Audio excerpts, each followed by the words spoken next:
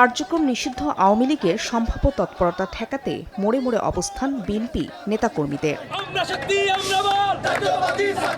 মঙ্গলবার সকাল থেকে বগুড়া, গোপালগঞ্জ, নারায়ণগঞ্জ, বরিশাল, রাঙ্গামাটি সহ বিভিন্ন জেলায় বিক্ষোভ মিছিল করেন বিএনপি ও সহযোগী সংগঠনের নেতাকর্মীরা। কার্যক্রম নিষিদ্ধ আওয়ামী লীগ কোনো বিশৃঙ্খলা সৃষ্টির চেষ্টা করলে দাঁতভাঙ্গা জবাব দেওয়ার হুঁশিয়ারি দেন তারা। ছাত্রলীগ, যুবলীগ এটা আবারও বাংলাদেশে অস্থিতিশীল করার জন্য পায়তারা করছে। নিষিদ্ধ যে সংগঠনগুলো যারা আছে আমরা তাদের বিরুদ্ধে রাজপথে আমরা অবস্থান নিব।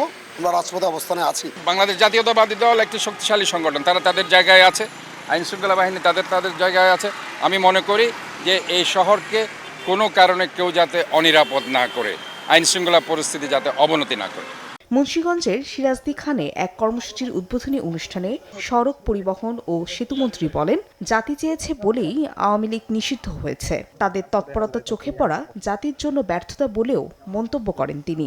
টাইফুন ফ্যাব্রিক কেয়ার, ফ্যাব্রিক কেয়ারের সুপার পাওয়ার। একসময় একটা রাজনৈতিক দল ছিল এবং জনআকাঙ্ক্ষা এবং জনগণের প্রতিপক্ষ হয়ে ফাংশন করতে গিয়ে আজকে পরিত্যক্ত। নির্দিষ্ট সংগঠনের তৎপরতা যদি চোখে পড়ে, এটা জাতীয় ব্যর্থতা। সম্ভাব্য নাশকতা ঠেকাতে মাঠে দেখা গেছে পুলিশ ও র্যাবের তৎপরতা। ৩০ জুন পর্যন্ত ঢাকা, চট্টগ্রাম, গাজীপুর, নারায়ণগঞ্জ, গোপালগঞ্জ ও ফরিদপুরে মোতায়েন করা হয়েছে সেনাবাহিনী।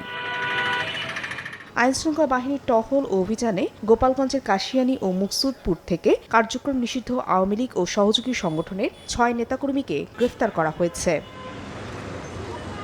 ফাহরিয়া ফারজানা, সময় সংবাদ।